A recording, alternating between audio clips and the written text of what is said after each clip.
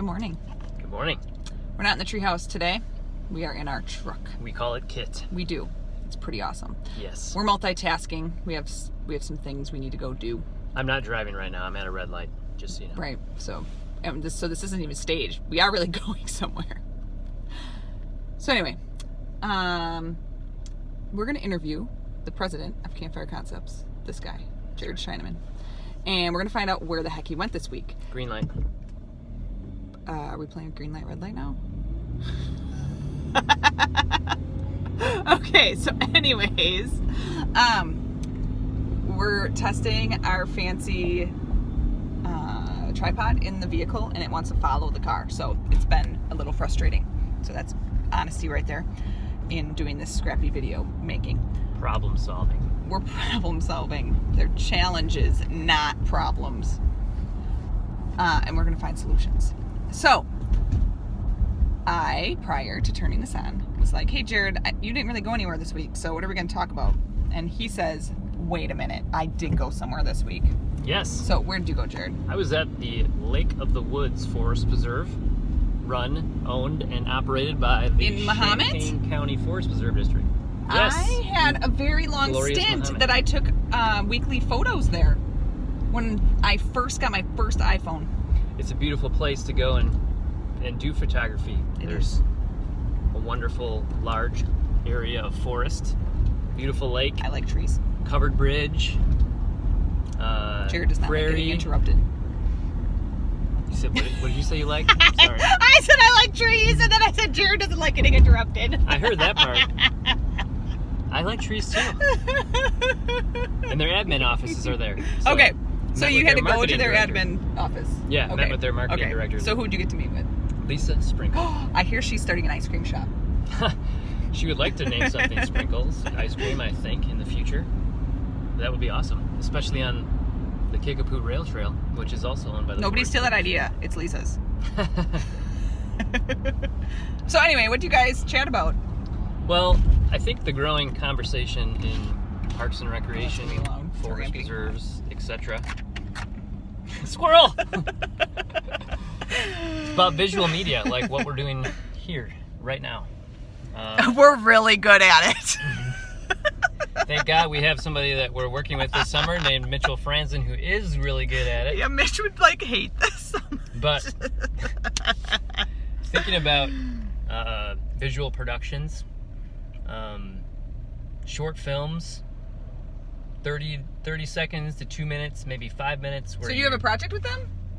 We do. Oh, We're so that's doing- what you went to talk about. Yeah, we were talking with them about how we're going to do 2 storyline videos for them, where we're going to follow a user, basically looking at what's a day in the life of the Forest Preserve user look like, why are they using What kind of the using Forest things are Preserve? they? What recreation are they partaking in and enjoying? You guys lost me.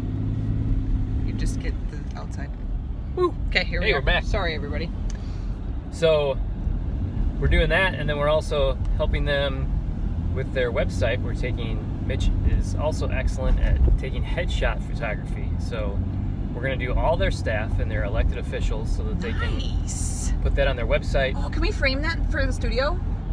We could do a whole Then I would know what all these people look like. Forest Preserve District yearbook shot. you Yes, know? or like when Jarrod would say, "I went and talked to Mary Ellen today," I'd be like, "What the heck? What does Mary Ellen look like?" I know what Mary Ellen looks like, but other people from far away, I don't know what they look like. Yeah.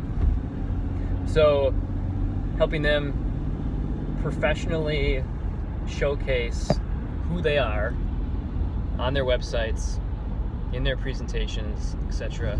I think that's a really important step for parks and recreation professionals, because everybody looks at the industry and says, "Oh, you guys wear a polo and sweatpants to work, and Kind of sounds like a Fayette teacher.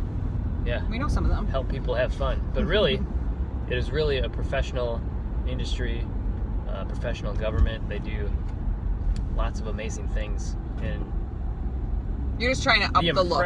the impression that people need to have of local parks and recreation people begins with the website, the photography, the visual media, and marketing. So that's what we're trying to help them with. Nice. So you got young Mitchell for the summer, right? Yeah. And he starts like in a couple May 14th. weeks. Right around the corner. What up, Mitchell? So yeah, so if any of you who are watching this are in Illinois or outside of Illinois, I don't know how far Mitch really wants to go, but and want some headshots. He'll go anywhere. Because Jarrod's going to make him because he's his intern. We'll put him on a drone because he flies drones and he has a big one. He also does drone photography. We'll take him and we'll remotely fly him to your location. I think the next interview with you needs to be a little cutout of Mitch flying in the air. On a drone. On a drone. That would be awesome. That would be we can make sweet. that happen. All right. Yes. Yeah. What else? I had a observation this past weekend, Jarrod, while I was hiking down in southern Illinois that I wanted to share with our people and find out what really best practices are when it comes to fire. So a friend and I were hiking the Little Illini Trail. It was a 4 mile, like an out and back, so 2 miles and then 2 miles back. You said it was an Army Corps. It was it was an Army Corps engineer trail by along Lake Shelbyville. Yep. Yes, I don't get all the names right like Jarrod does, but that's where I was without Jarrod. And my friend and I ran into this entire section that was burnt, but there were pieces that there was like live fire. And we came home and we were telling Jarrod about that, and he was kind of like, you probably should have contacted someone. So what are really best practices if you find fire on a trail like my friend and I did? Well, many years ago, I went through the Red Card certification at the University of Illinois, where you spend a week fully immersed in understanding fire behavior and... We got to wear a jumpsuit.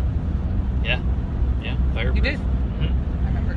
And then also conducting your own prescribed burn and understanding how that works. One of the things that often happens with fire... Oh, our people need to see Illinois landscape behind you there. Yeah. Okay. The flatlands. Welcome. Oh, yes. So, home of the best sunsets. Sorry, in the world. Fire. We're talking about fire, hon. Anyways, when you start a fire anywhere, the fire acts in certain ways, and it's also erratic in other ways. But you have a prescribed burn in order to burn off invasive species and allow for the seeds to drop from certain prairie plants that they can regrow and restart, and then also as they grow, then they crowd out the invasives. So it's just a healthy practice to have for the landscape in order to... It also builds soil tilth because it burns off the plants and leaves an ash that then helps the soil be able to help other good plants grow. But one of the things that happens when you start a fire is that it looks like it's out, but it has embers that are burning underneath leaves, or there's still might be a log that still is burning a little bit. And my understanding is that it's important multiple days to go out to these sites, maybe even weeks after a fire prescribed burn has been set and run, to make sure that... Oh, guys, we're going to turn. I don't know what our camera's going to do. There aren't flare-ups. Here we go. We're turning. Everybody ready? Oh. Stuck with hey! You get to see the other side of the truck. The better half. The better half of the truck. Uh-huh. All right. So in your case, when you were out there and you saw the flare-up... So that was a prescribed burn because of like other evidence we had seen. Like we saw that they had raked away leaves from the trail and like kind of around the area where they didn't want it to burn, and then old trees they had raked away from there too, so that the fire would climb up tall trees. Yeah. But my friend and I probably should have contacted someone. Well, in that case, it's remote, right? Okay. As far as what local parks do... Oh, we're turning again. They often have a lot of people that are using the parks where they do conduct their burns, so people can notify them pretty quickly. Or they have a number of volunteers that can help. Hey, whoa! Welcome to the club. Now you get to see where we went. Yay!